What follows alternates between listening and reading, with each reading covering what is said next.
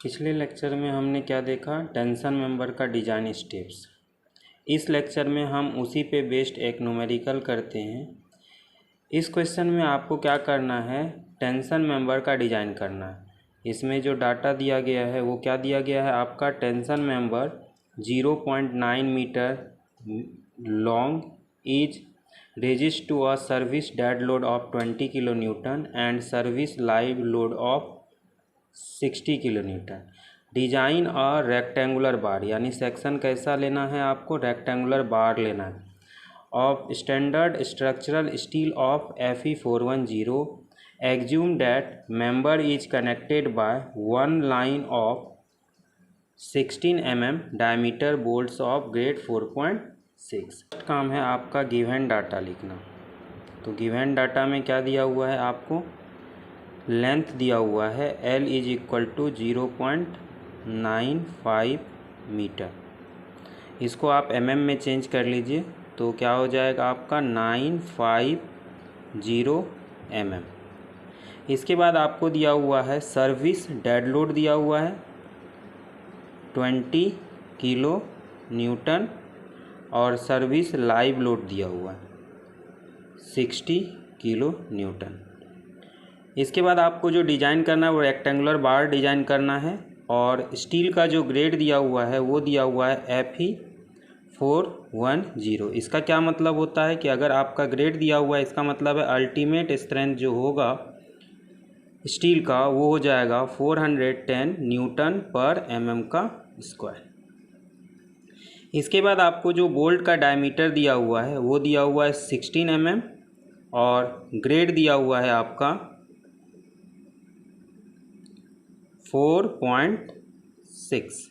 इसका मतलब हुआ FUB का जो वैल्यू होगा वो हो जाएगा आपका, डेसिमल के पहले क्या है 4 है, उसको क्या करेंगे 100 से मल्टीप्लाई कर देंगे तो ये हो जाएगा 400 न्यूटन पर mm का स्क्वायर। डिज़ाइन करते हैं तो कुछ पार्शियल फैक्टर ऑफ सेफ्टी की ज़रूरत पड़ती है, जैसे लैम्डा YM0 का वैल्यू क्या होता है 1.1, लैम्डा M1 का वैल्यू क्या होता है 1.25। ये सभी आपको कहाँ मिलेगा, जब IS कोड में जाएंगे तो पेज नंबर IS कोड में पेज नंबर 30 में आपका पार्शियल फैक्टर ऑफ सेफ्टी दिया गया है। आप जब डिज़ाइन करेंगे तो डिज़ाइन हमेशा फैक्टर्ड लोड के अकॉर्डिंग होता है। तो फैक्टर्ड लोड का पहले कैलकुलेशन करेंगे। फैक्टर्ड लोड कैसे निकलेगा, आपको सर्विस लोड दिया हुआ है, सर्विस लोड को क्या किया जाएगा 1.5 से मल्टीप्लाई किया जाएगा 1.5। डेड लोड कितना दिया हुआ है 20 प्लस लाइव लोड कितना दिया हुआ है 60। जब इस दोनों को ऐड करेंगे तो क्या हो जाएगा 1.5 इंटू 60 प्लस 20 80। जब इसको मल्टीप्लाई करेंगे तो ये क्या हो जाएगा आपका 120 किलो न्यूटन। स्टेप नंबर 1 में हम क्या करेंगे, net area required to carry the factored load. तो नेट एरिया का कैलकुलेशन कैसे किया जाता है, हमने इस डिज़ाइन स्टेप में देखा था। AN इज इक्वल टू क्या हो जाएगा आपका T upon 0.9 FU upon lambda M1। यहाँ से आप फॉर्मूला को थोड़ा चेंज कर देंगे तो क्या हो जाएगा T lambda M1 upon 0.9 FU। अब क्या करेंगे, टेंशन का वैल्यू कितना था, फैक्टर्ड लोड कितना निकाले थे 120 किलो न्यूटन। तो 120 इंटू 10⁻³ हो जाएगा। पार्शियल फैक्टर ऑफ सेफ्टी कितना लेते हैं 1.25 अपॉन 0.9 इंटू FU कितना हो जाएगा 410। जब इस वैल्यू को आप कैलकुलेटर में डालेंगे तो कितना आ जाएगा आपका एरिया 406.5 mm का स्क्वायर। ये है आपका स्टेप नंबर 1। किस बेसिस पे निकला, फैक्टर्ड लोड के अकॉर्डिंग निकालना है। तो फैक्टर्ड लोड आपका 120 था इंटू 10⁻³ और उसको क्या किए पार्शियल फैक्टर ऑफ सेफ्टी से मल्टीप्लाई किए, देन 0.9 इंटू 410। ये आपका फॉर्मूला जो है पेज नंबर 32 में दिया हुआ है। टेंशन मेंबर में पेज नंबर 32 और 33 में बेसिकली फॉर्मूले जो हैं वो दिए हुए हैं। तो इसके बाद स्टेप नंबर 2 में क्या करना है आपको, जो नेट एरिया आपने कैलकुलेट किया उसको 25% इंक्रीज करना है। किसके लिए? एक्सपेक्टेड ग्रॉस एरिया निकालने के लिए। एक्सपेक्टेड ग्रॉस एरिया निकालना है तो क्या करेंगे, 1.25 इंटू 406.5, देन ये वैल्यू आपका कितना आ जाएगा, 508.12 mm का स्क्वायर। स्टेप नंबर 3 में क्या करना है, required gross area on the basis of yielding. तो इसके लिए कौन सा फॉर्मूला आपको इस्तेमाल करना है, AG is equal to T upon FY upon lambda m0। तो यहाँ से आपका फॉर्मूला चेंज होके क्या हो जाएगा, tension lambda m0 upon yield stress. और आपका जो प्लेट है वो कौन सा है, Fe410, तो उसके लिए यील्ड स्ट्रेस क्या होता है, 250 न्यूटन पर mm स्क्वायर। तो 120 इंटू 10⁻³ लैम्डा m0 कितना होगा, 1.1, और यील्ड स्ट्रेस का वैल्यू क्या हो जाएगा आपका 250 न्यूटन पर mm स्क्वायर। जैन इसको जब फॉर्मूला में रखेंगे ग्रॉस एरिया का वैल्यू क्या आ जाएगा आपका 528 mm का स्क्वायर। अब इस ग्रॉस एरिया को देख लेंगे कि आपका जो ग्रॉस एरिया का वैल्यू है वो नेट एरिया से ज़्यादा है या नहीं है। तो ये आपका नेट एरिया से ज़्यादा है, 508.12 इंक्रीज करने के बाद जो आया था इससे ज़्यादा है, मतलब सेफ है। अब इसी ग्रॉस एरिया के अकॉर्डिंग आप क्या करेंगे, स्टेप नंबर 4 में जाएंगे और उस स्टेप में आपको क्या करना है, डायमेंशन लेना है रेक्टेंगुलर सेक्शन का। तो इसमें पहला एजम्पशन रहेगा आपका, एग्ज्यूम करेंगे, किसको एग्ज्यूम करेंगे, रेक्टेंगुलर सेक्शन के थिकनेस को एग्ज्यूम करेंगे। तो थिकनेस को एग्ज्यूम कर लेते हैं, थिकनेस जो सेक्शन का टी को हम एग्ज्यूम कर लेते हैं 10 mm। और जैसे ही थिकनेस को एग्ज्यूम किए आपका एरिया जो था वो कितना था, 528 mm का स्क्वायर।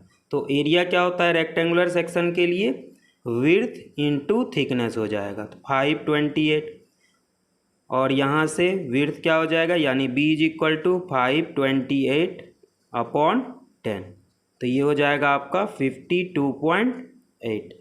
अब आपका जो सेक्शन है उसमें आप जानते हैं कि सेफ साइड लेंगे तो आप इसको इंक्रीज करके क्या करेंगे, 60 mm कर देंगे।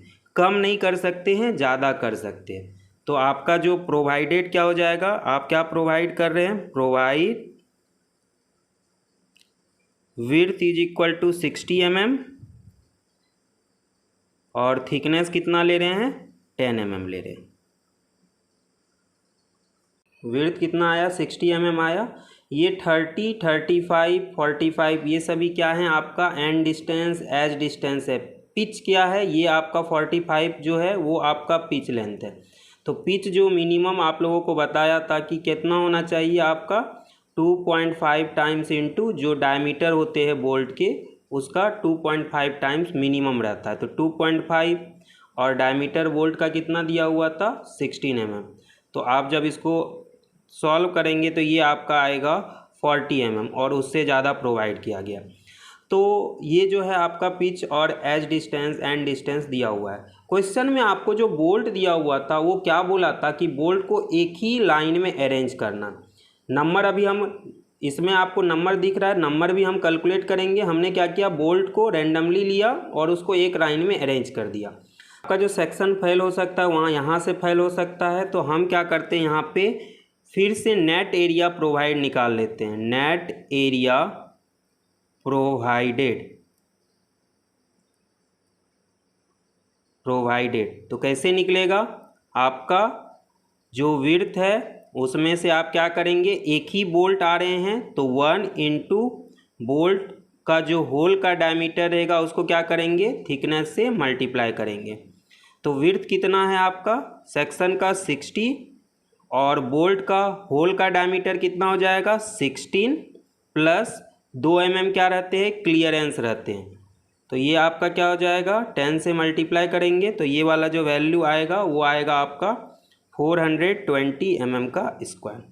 ये वाला जो वैल्यू है आपका इनिशियल में जो फर्स्ट स्टेप में जो एरिया निकाले थे नेट एरिया रिक्वायर्ड उससे ज़्यादा होना चाहिए। तो ये वाला वैल्यू आपका 406.5 mm स्क्वायर से ज़्यादा है। नंबर 5 में हमारा क्या है कनेक्शन। कनेक्शन कहने का मतलब है आपको क्या करना है बोल्ट का स्ट्रेंथ निकालना है। तो बोल्ट जो जनरली फेल होता है वो सीयरिंग में फेल होता है।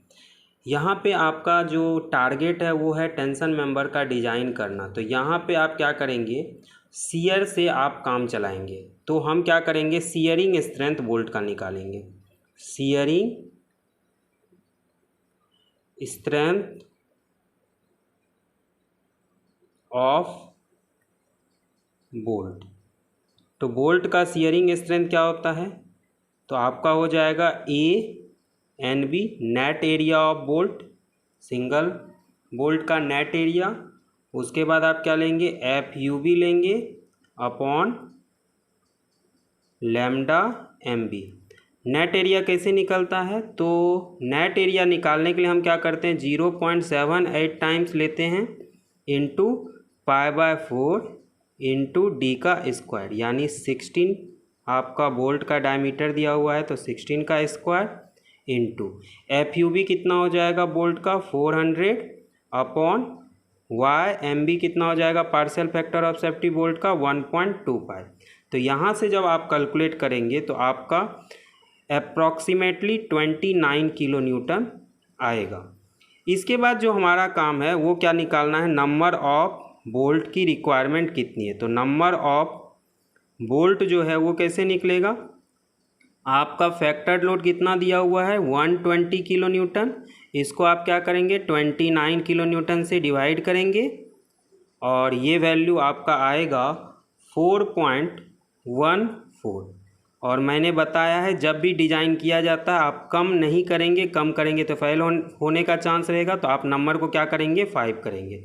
अब जो मैंने आपको बताया था यहाँ पे जो नंबर ऑफ बोल्ट दिए हुए हैं वो इसी हिसाब से दिया हुआ है। आपका कैलकुलेशन में कितने आ रहे हैं 5 बोल्ट आ रहे हैं तो यहाँ पे अरेंज है 5। 6 में आपका क्या है block shear strength. Block shear strength का एक अलग से वीडियो बना हुआ है उसको आप लोग एक बार देख लेंगे। इसमें ब्लॉक शियर में हम क्या करते हैं 2 केस लेते हैं। एक बार हम क्या करते हैं शियर को यील्ड पे सोचते हैं, शियर आपका यील्ड पे जाता है और टेंशन फ्रैक्चर पे जाता है। एक केस ये रहता है और दूसरा सेकंड केस जो रहता है शियर फ्रैक्चर पे रहता है और टेंशन यील्ड पे रहता है। इसी के अकॉर्डिंग ये जो पहला फॉर्मूला दिया गया है ब्लॉक शियर स्ट्रेंथ का इसमें आप देखेंगे शियर के लिए ये वाला शियर जो है यील्ड पे, यील्ड के लिए हमेशा AVG ग्रॉस एरिया लिया जाता है, यील्ड स्ट्रेस लिया जाता है और शियर में हमेशा √3 से डिवाइड किया जाता है और पार्शियल फैक्टर ऑफ सेफ्टी क्या हो जाएगा लैम्डा M0। उसके बाद 0.9 ये टेंशन वाला है जो कि फ्रैक्चर में ATN FU upon lambda M1 और यहाँ पे जब वैल्यू रखेंगे तो ये क्या आ जाएगा 344.10। इसमें शियर वाला कौन सा है तो आप जब इस डायग्राम को देखेंगे तो ये जो लाइन होता है ये आपका लाइन कौन सा लाइन होता है शियर। तो जब हम ग्रॉस एरिया निकालते हैं तो डिडक्शन नहीं होता है और जब आपका नेट एरिया निकाला जाता है तो डिडक्शन होता है। तो इसमें पहले क्या किया ग्रॉस एरिया, तो ग्रॉस एरिया में आपका 35 दिख रहा है, 45 दिख रहा है, 45 45। तो आप सभी को ऐड करेंगे 4 टाइम्स इंटू 45 प्लस 35 और इसको 10 से मल्टीप्लाई करेंगे तो ये आपका ग्रॉस एरिया आ जाएगा शियर का। और टेंशन के लिए आपका सिंपल 30 दिख रहा है, 30 को 10 से मल्टीप्लाई करेंगे 300 आ जाएगा। लेकिन जब शियर के लिए नेट एरिया निकाला गया तो आपका जो बोल्ट का होल आता है तो यहाँ पे पूरा 1 आ रहा है, यहाँ पे 1 आ रहा है, यहाँ पे 1 आ रहा है, यहाँ पे टोटल 4 जो है वो पूरी तरह से आ रहा है और यहाँ पे हाफ आ रहा है। तो आपको दिखेगा कि 5 में से हाफ को माइनस कर दिया गया है और बोल्ट का डायमीटर कितना 80 और इसको जब मल्टीप्लाई किया गया तो 1340 mm का स्क्वायर आया। उसी तरह से नेट एरिया टेंशन में जब निकाला गया 30 माइनस हाफ, हाफ क्यों? क्योंकि यहाँ पे जो बोल्ट का हाफ पोर्शन जो है वो नेट में आपका होल का डिडक्ट हो जाएगा, तो ये वाला आपका 210 mm का स्क्वायर हो जाएगा। और जब ब्लॉक शियर स्ट्रेंथ फिर आप शियर को फ्रैक्चर पे लेंगे और टेंशन को जब यील्ड पे लेंगे तो आपका 296.53 आएगा। और दोनों में जो मिनिमम होता है वो क्या हो जाता है? ब्लॉक शियर स्ट्रेंथ हो जाता है। और ये वैल्यू आपका क्या होना चाहिए? 120 से किलो न्यूटन से ज़्यादा होना चाहिए। तो आप बोल सकते हैं कि सेक्शन जो है वो आपका ब्लॉक शियर के लिए सेफ है। टेंशन मेंबर का डिजाइन का ये आखिरी स्टेप है स्लेंडरनेस रेशियो। स्लेंडरनेस रेशियो क्या होता है? उसको हम क्या करते हैं? लैम्डा से डिनोट करते हैं। लैम्डा इज इक्वल टू क्या होता है? L/R। L क्या है? Effective length. ऑलरेडी क्वेश्चन में आपका इफेक्टिव लेंथ कितना दिया हुआ था? 0.95 मीटर, जिसको हमने mm में चेंज किया था, तो ये हो गया था 950 mm। रेडियस ऑफ जायरेशन के लिए सिंपल हम क्या करेंगे? एक छोटा सा फॉर्मूला याद रखेंगे रेक्टेंगुलर सेक्शन के लिए, T/√12। थिकनेस हमने कितना प्रोवाइड किया है? 10 mm प्रोवाइड किया हुआ है, तो 10/√12। और जैसे इसको कैलकुलेटर में आप वैल्यू डालेंगे तो आपका आ जाएगा 2.88 mm। तो लैम्डा इज इक्वल टू क्या हो जाएगा? लैम्डा इज इक्वल टू आ जाएगा 950/2.88। और इसका जो फाइनल वैल्यू आएगा आपका स्लेंडरनेस रेशियो का, वो आ जाएगा 329.8